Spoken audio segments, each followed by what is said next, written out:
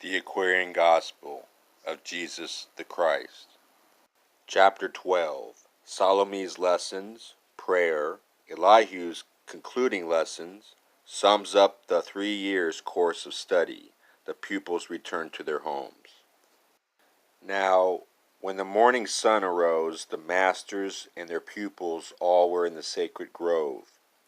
Salome was the first to speak. She said, "Behold the sun!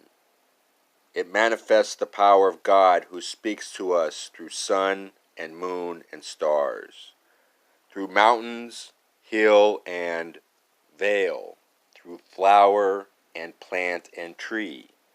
God sings for us through bird and harpsichord and human voice. He speaks to us through wind and rain and thunder roll. Why should we not bow down and worship at his feet? God speaks to hearts apart, and hearts apart must speak to him. And this is prayer. It is not prayer to shout at God, to stand or sit or kneel and tell him all about the sins of men.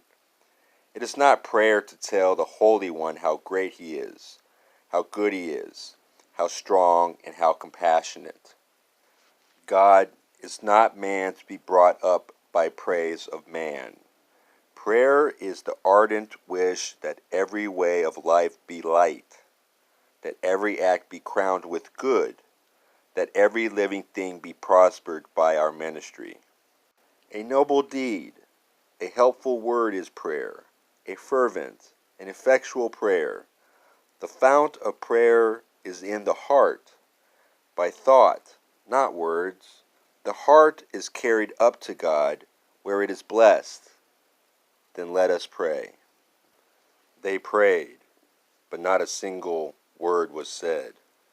But in the holy silence every heart was blessed. And then Elihu spoke. He said to Mary and Elizabeth, "Our words are said. You need not tarry long here. The call has come. The way is clear.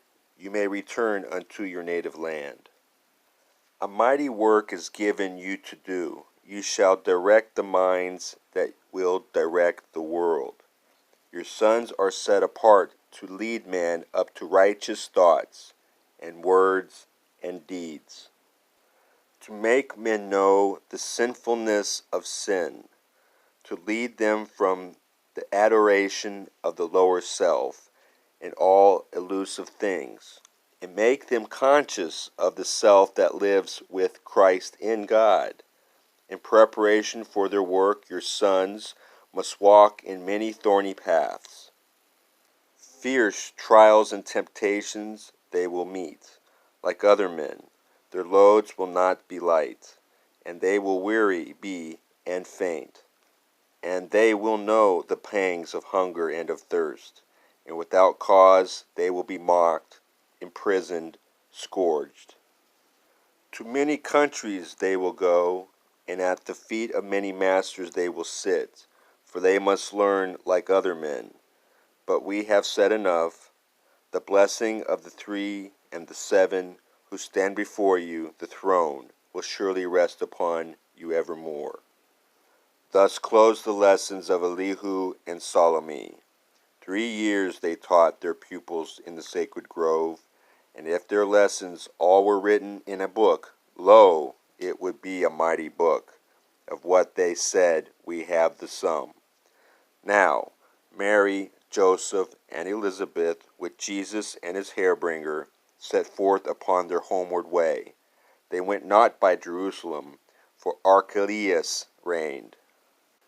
They journeyed by the bitter sea, and when they reached Engedi hills, they rested in the home of Joshua, a nearer of kin, and here Elizabeth and John abode.